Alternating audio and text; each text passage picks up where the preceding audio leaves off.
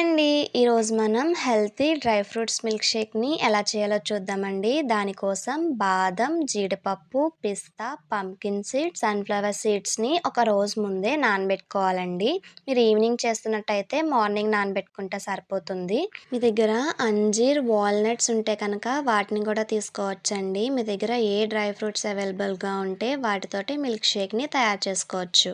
అలాగే 4 ఖర్జూరాలని కూడా తీసుకోండి. ఇప్పుడు ఒక మిక్సీ జార్ తీసుకోండి. అందులోకి మనం ముందుగా సోక్ చేసి పెట్టుకున్న డ్రై ఫ్రూట్స్‌ని వేసుకోవాలి.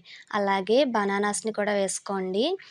అలాగే 1 గ్లాస్ పాలని కూడా వేసుకోండి. మనం ముందుగా తీసి పెట్టుకున్న ఖర్జూరాలని కూడా వేసుకోండి. ఇలా అన్నిటిని వేసిన తర్వాత మిక్సీ చేసుకోవాలండి.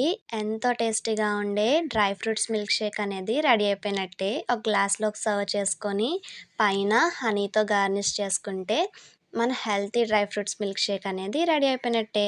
మీకు కనుక ఈ వీడియో నచ్చినట్టయితే మీ ఫ్రెండ్స్ అండ్ రిలేటివ్స్‌కి షేర్ చేయండి. Thanks for watching.